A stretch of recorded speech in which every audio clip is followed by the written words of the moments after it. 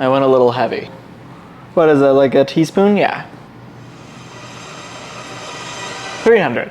Nothing like the certainty of knowing that you're in the right, you know? I love how in other videos I've been talking about like, yeah, you shouldn't be so controlling, you should let go, and then I'm like, 300!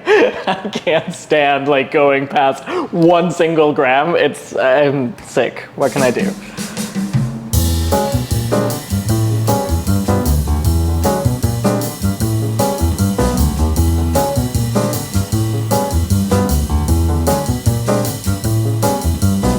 Hello everyone, welcome back to the kitchen. My name is Francisco, and today we're baking. And we're doing my favorite kind of baking, which is baking with cheese.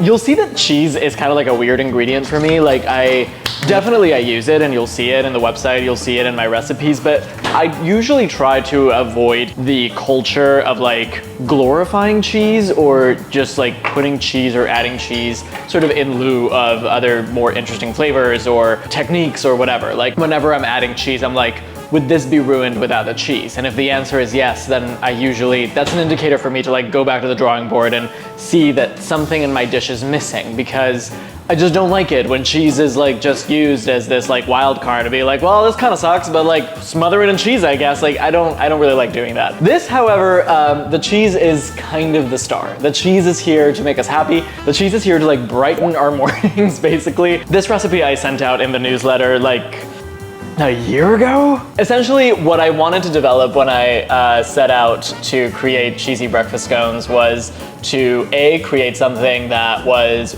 really, really delicious, really special, but like relatively easy to throw together. Relatively easy to just wake up in the morning and say, oh, you know what? I can go from 0 to scone in like an hour and a half. The inspiration for this scones actually dates back to when I was studying in university. I was living in London and originally had no money. I ate like maybe 1.5 times a day. But one of my main foods of the day was always like a cheesy bread. Like London excels at this. Like London has the most amazing and magnificent like cheese pastries. They're very different from what you can expect to find in other countries, and like whenever I go to London, I can even smell them. Like the morning, I feel if you walk down the streets, it kind of smells like my favorite combination of smells, which is coffee and pastries and cheese. I really wanted to set out to create something similar and something that wasn't a complete pain in the ass to make. We're gonna make the scones, and I am going to also teach you how to create just the most beautiful, delicious, unctuous, sweet, savory, tart, roasted garlic raspberry jam. Lovely. So the first thing that I'm gonna do is I'm going to start grating my cheese. In the recipe in the newsletter a long time ago when this came out, I only called for sharp cheddar. I am going to add grana padano. Grana padano is an Italian cheese. It's kind of from that same family of like Parmigiano and Pecorino. The reason why I have this, it's because it provides beautiful funk, it provides beautiful salt, and it kind of goes back to that inspiration of like a British cheese pastry, which what they do is that they cover the pastry usually in like grated Parmesan, and it like fricos in the oven, and it just produces the most beautiful, intense golden brown color. So that's what we're gonna do. I'm gonna start with grating my cheddar. This is 170 grams, and I'm gonna use pretty much the entire thing. Careful with that box grater. You know, it's humbling. Sometimes you've been cooking for years and years and years, and you're like, it's fine, I know how to handle a box grater. And the moment that you say that, it'll get you, you'll get cut. So now in a different bowl, what I'm going to do is that I'm going to mix my wet ingredients and then my dry ingredients. In a bowl, I am going to scramble an egg. This calls for 1 large egg. To this, I am adding 85 milliliters of heavy cream and then 100 grams of sour cream. In the original recipe, I called for yogurt. I didn't have yogurt today. I had sour cream. That means that my scones today are gonna be a little bit more on the fatty side, but I'm feeling a little bit on the fatty side, so what are you gonna do? Should I change the name of the show to On the Fatty Side? Scrape your bowls well.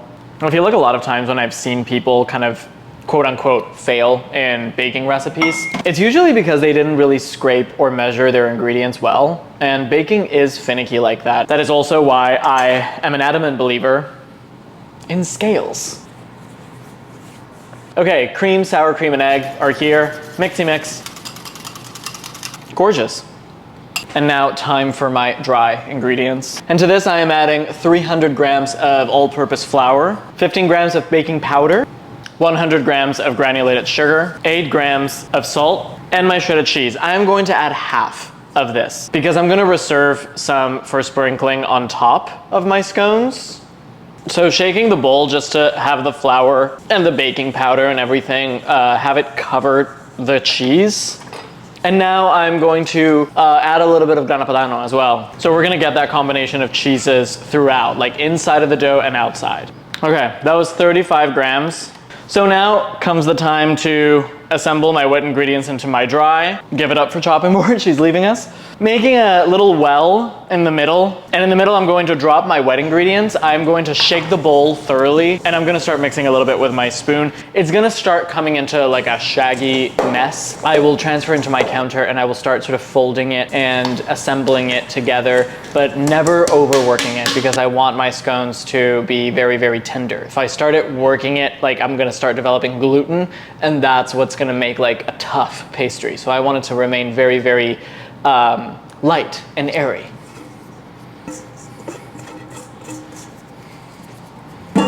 Oh, the butter! Oh my God.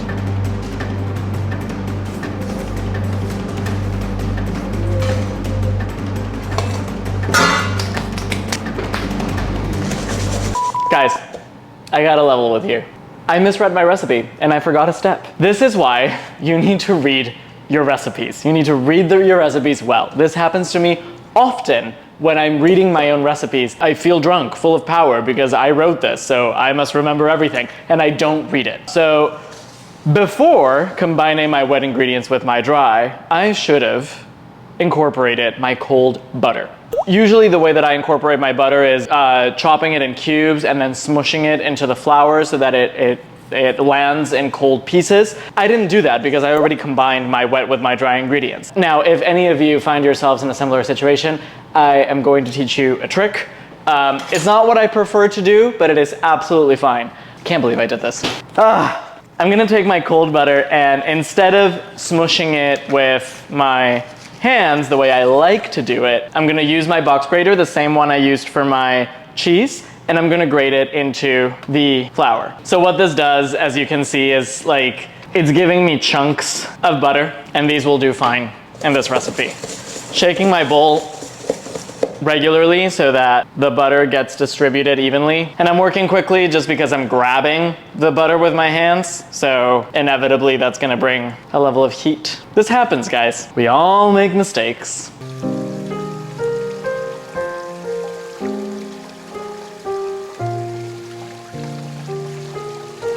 We make mistakes, and if you're anything like me, you let them haunt you forever. Okay, distributing everything with a spoon. What did I say in the intro?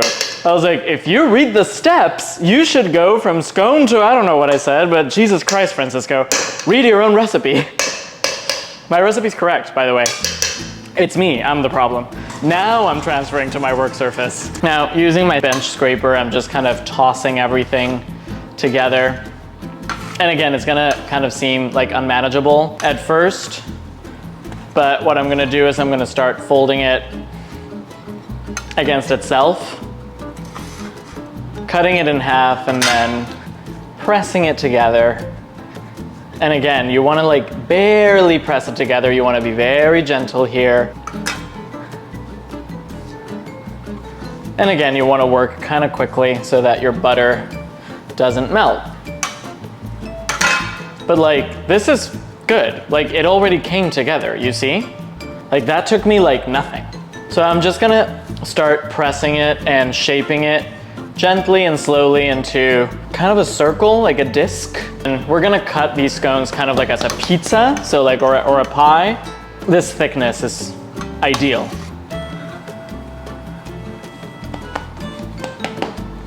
I'm gonna reuse this plastic Ziploc bag that I have, and then just folding it just to make sure that there is as little air as possible. Now that my dough is in the fridge and it's resting, I'm gonna leave it there for like 30 minutes. This resting time in the fridge is very important because it allows the dough to firm up. We want those pieces of butter to remain solid and visible. It's a perfect time to preheat my oven 420. Okay guys, 30 minutes have elapsed. I have fished my dough out of the fridge. It's nice and cold. So just so you know, you can assemble this entire thing and have it ready overnight so that the next day you're just ready to bake. So if you are planning a little breakfast for a special someone, no, I'm kidding. You can just do all of the steps that I mentioned the night before and then just leave your little disc of dough in the fridge and you can be ready to bake it in the morning. So here I have a lined baking sheet with parchment paper. And what I'm gonna do is I am going to now slice my dough. First and foremost, slicing in half, then across. Okay, so 1, 2, 3, 4, 5, 6, 7, 8. 8 scones. Final steps. In terms of topping, this is very important. I am first going to dab the tops of my scones with cream. Then I'm going to sprinkle a little bit of raw sugar in the raw. And then I'm going to sprinkle the rest of my cheese. And then on top, I'm sprinkling a little bit more sugar. So I know that it sounds really weird. Why am I mixing grana padano and sugar in the raw? You just gotta trust me, it does beautiful things in the oven. The sugar in the raw kind of caramelizes and mixes in with the cheese. It provides sweet and salty, it's just incredible. As I put this in the oven, what I'm gonna do is that I'm going to slice up an entire head of garlic in half, and I'm gonna cover it in tin foil.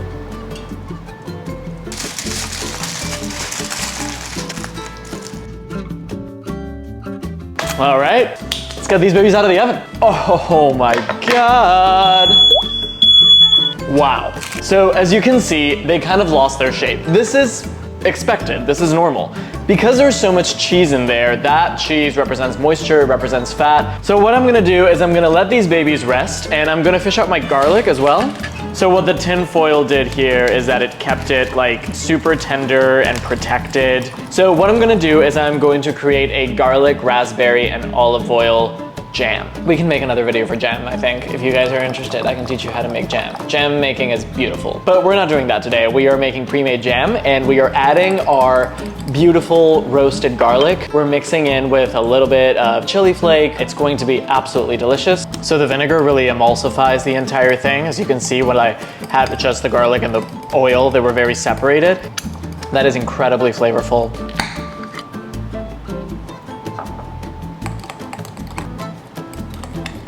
Needs a little bit more oil.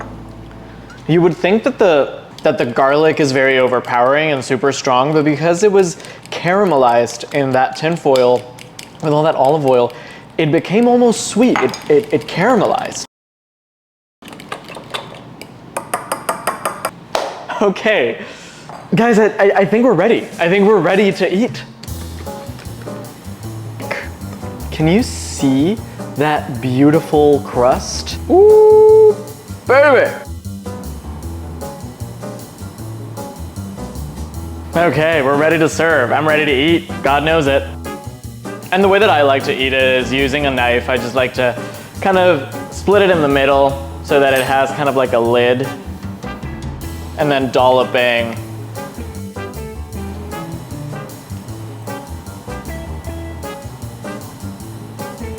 And if you want to eat it with a side of more cheese, I am no one to judge you. That looks incredible. Wow, what a time to be alive. Oh, the interior of the scone is so soft, it's so custardy. The cheese on top gets crunchy. It's not like overpoweringly salty or sweet. And because I'm me, I have a little bacon. Because you know, what's breakfast without bacon? Come on, give me a break. Yum. Life's too short. If I were the kind of person that serves brunch, this is what I would serve. I'm not, so. If you're having breakfast at my house, you spent the night.